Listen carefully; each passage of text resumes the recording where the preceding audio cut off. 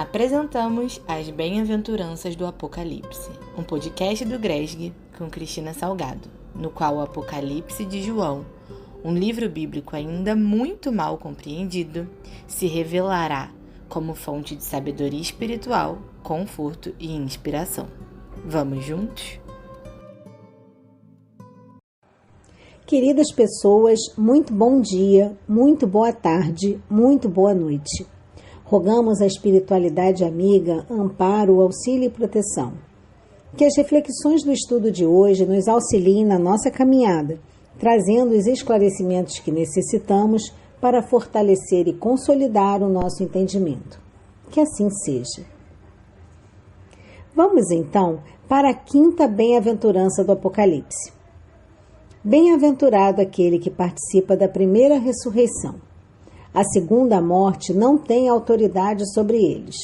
Serão sacerdotes de Deus e Cristo e reinarão com Cristo durante 1000 anos.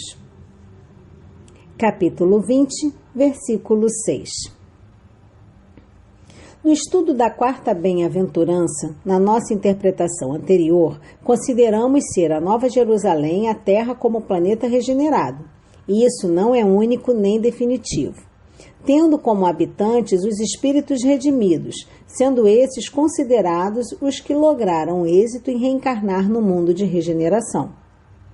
Entre esses novos habitantes, certamente teremos os espíritos missionários, vindos de orbes mais evoluídos, que colaborarão nesse processo de consolidar no nosso planeta a nova consciência de amor necessária e equivalente à nova era.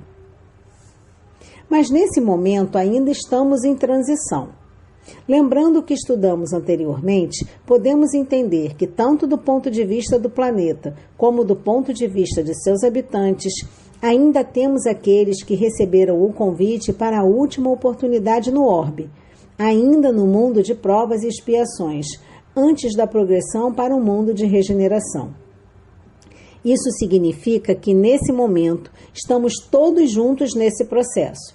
Os que já estão encarnados há algum tempo, aproveitando ou não essa oportunidade, os que já chegaram com a incumbência de participar da transição e até, quem sabe, colaborar nos primeiros anos do planeta regenerado, e os que estão chegando e chegarão com a nova consciência pronta, madura, perfeita para povoar a nova terra, estando dentro desse conjunto também os missionários ao qual nos referimos anteriormente. Dessa forma, podemos considerar que a primeira ressurreição diz respeito à reencarnação dos espíritos que, tendo conseguido livrarem-se de seus débitos para com a lei divina, ou que já alcançaram entendimento à lei de amor, estão aptos a colaborar nesse processo de consolidar no nosso planeta a nova consciência amorosa e solidária necessária e equivalente à nova era. Ou seja, abre aspas, voltarão a viver e reinarão com Cristo por 1000 anos, fecha aspas, como diz no capítulo 20, versículo 4. Entendemos que 1000 anos é um código simbólico que não faz referência a um tempo determinado, mas um tempo profético, em que os redimidos permaneceram, ainda permanecem e permanecerão, contribuindo na redenção, melhoria e aperfeiçoamento no assoalho do mundo. Por que isso significa a primeira ressurreição, ou, como aprendemos na doutrina espírita, reencarnação? Entendemos que seja pelo fato de estar acontecendo antes do período emblemático chamado Dia do Juízo, que ainda não aconteceu. Dia do Juízo? Vamos por partes. Da mesma forma que 1000 anos é um código, o Dia do Juízo também é. Afinal, a separação de quem tem condições de permanecer reencarnando na Terra, no mundo regenerado, está acontecendo aos poucos, conforme os desencarnes estão acontecendo. Nesse mesmo capítulo, no versículo 5, temos a informação que, abre aspas, os outros mortos, porém, não voltaram a viver enquanto os 1000 anos não passaram, fecha aspas. Então chegaremos a um ponto em que a humanidade encarnada será composta somente daqueles que terão condições de estar aqui. Os que ainda não puderem estar Quando voltarem a reencarnar, o farão em outros orbes na mesma condição do nosso planeta hoje, ou ainda em mundos mais inferiores ou atrasados. Sabemos que conforme vamos logrando êxito em nossa jornada, alcançando a evolução pretendida, poderemos pleitear retorno ao nosso planeta, tal qual aconteceu com os exilados de Capela, que não tendo condições de permanecer em seu planeta, foram banidos para a Terra. A menção a essa situação foi feita por Emmanuel no livro A Caminho da Luz. Reproduziremos aqui o texto que está no site da Rádio Boa Nova. Emmanuel conta a história de um planeta do sistema de Capela, situado na constelação de Cocheiro, que há cerca de 10.000 anos passava por importantes obras morais. Os relatos dos espíritos de luz informam que este planeta estava passando por um momento de evolução, o que levaria à tão aguardada regeneração. No entanto, haviam alguns espíritos degradados, embora evoluídos em escala astral, que ainda retardavam a evolução. Os governadores deste mundo decidiram então exilá-los para o planeta Terra, mundo de provas e expiações, onde consciências trabalham pela própria renovação. No sistema de Capela não existia espaço para espíritos degenerados, voltados às animosidades, a excessos de todas as ordens e vícios. Assim, não acompanhando a evolução deste planeta, a Terra foi uma alternativa para esses espíritos, já que estava no início do seu processo evolutivo. Segundo Emmanuel, o objetivo desta ação foi realizar a renovação dos espíritos banidos num mundo que lhes era mais apropriado àquele momento. Neste período, de acordo com o mentor espiritual de Chico, os capelinos trouxeram grandes saltos evolutivos para o nosso mundo. Estima-se que viveram no período neolítico, entre 10.000 e 4.000 anos antes de Cristo. Decisões como esta apontaram que o nosso planeta deu a oportunidade aos exilados de Capela serem mais úteis para os que aqui residem e também para si próprios. Fecha aspas. Mas então, pensemos. Se temos uma primeira ressurreição, poderemos ter uma segunda? Certamente que sim. Afinal, nós estamos aqui nesse momento fazendo parte do grupo que recebeu essa reencarnação como última oportunidade para alcançar o melhoramento. Somos candidatos a participar de 2 grupos distintos, conforme o profeta Daniel. Abre aspas. Muitos dos que dormem no pó da terra ressuscitarão, uns para a vida eterna, outros para a vergonha e horror eternos. Isso está no capítulo 12, versículo 2. Concordamos que dormir no pó da terra é estar encarnado. Dessa forma, quando desencarnarmos, conforme o nosso merecimento e nossa condição moral, estaremos em júbilo, ou seja, no caso, na vida eterna, enquanto os que perderem a oportunidade de iluminação serão banidos, ou seja, ressuscitarão para a vergonha e horror eterno. Segundo as profecias, na época da seleção final, 2/3 da humanidade se perderão e 1/3 se salvará.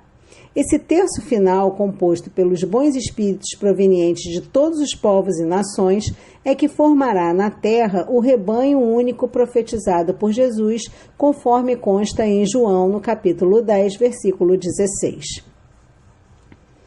A segunda morte. Conforme essa bem-aventurança, os que tiveram parte na primeira ressurreição, antecipadamente ou na época do juízo, a segunda morte não tem autoridade. Essa expressão tem várias interpretações dentro do contexto da doutrina espírita, sendo inclusive considerado o instante em que o espírito alcança os portais da vida superior. Essa menção se encontra no livro A Segunda Morte, de R.A. Ranieri, ditado pelos espíritos André Luiz e Altino em 1987.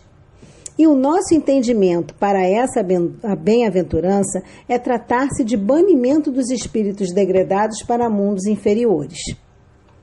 E se temos a segunda morte, não deveríamos ter a primeira? não há referência a essa expressão, mas podemos considerar como primeira morte o processo da reencarnação em si?